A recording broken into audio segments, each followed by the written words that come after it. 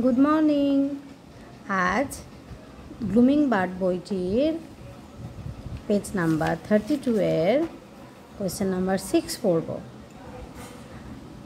প্রশ্ন হচ্ছে write the opposite word, বিপরীত শব্দ লেখো। এগুলি তোমরা মুখস্থ করবে। লাস্ট মানে শেষ, ফার্স্ট মানে প্রথম, FIRST ফার্স্ট। সাম মানে কিছু, মেনি মানে অনেক, জয় মানে আনন্দ, সর মানে দুঃখ, সরবানান SORROW। গুড ব্যাড এর মানে তো তোমরা জানো। লাইক মানে যদি পছন্দ করা হয়, অপোজিট হচ্ছে ডিসলাইক অপছন্দ। আউট ইন বাইরে ভিতরে। লার্জ টাইনি, লার্জ মানে হচ্ছে বিশাল বা বৃহৎ, টাইনি মানে হচ্ছে ক্ষুদ্র। ভিলেজ মানে গ্রাম, টাউন মানে শহর। এই কোয়েশ্চেন নাম্বার 6 32 পেজের তোমাদের পড়া থাকলো। এই পেজেরই কোয়েশ্চেন নাম্বার 9 তোমাদের আজকের হোমওয়ার্ক। রাইট ইন বেঙ্গলি, বাংলায় লেখো। এটা তোমাদের হোমওয়ার্ক। প্রতিটি শব্দ আশা করি তোমরা পড়া আছে তোমাদের। তোমরা আর একবার মুখস্থ করে খাতায় লেখার সময় না দেখে লিখবে।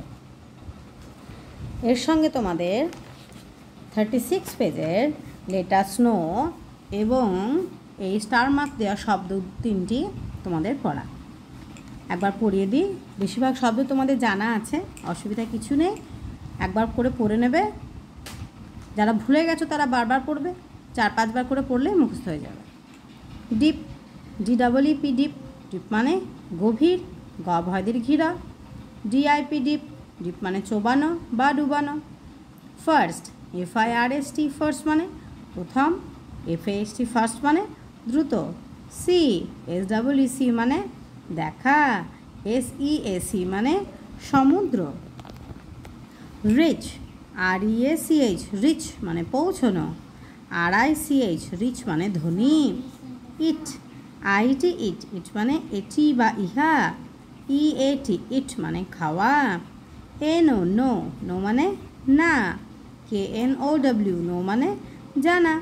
লিভ, LIVE লিভ মানে বাস করা। LEAVE লিভ মানে ত্যাগ করা বা ছেড়ে দেওয়া। মেইন, MAIN মেইন মানে প্রধান।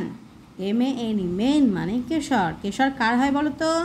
সিংহের, সিংহের কেশর হয়। কাম, COME কাম মানে আশা। CALM কাম মানে শান্ত।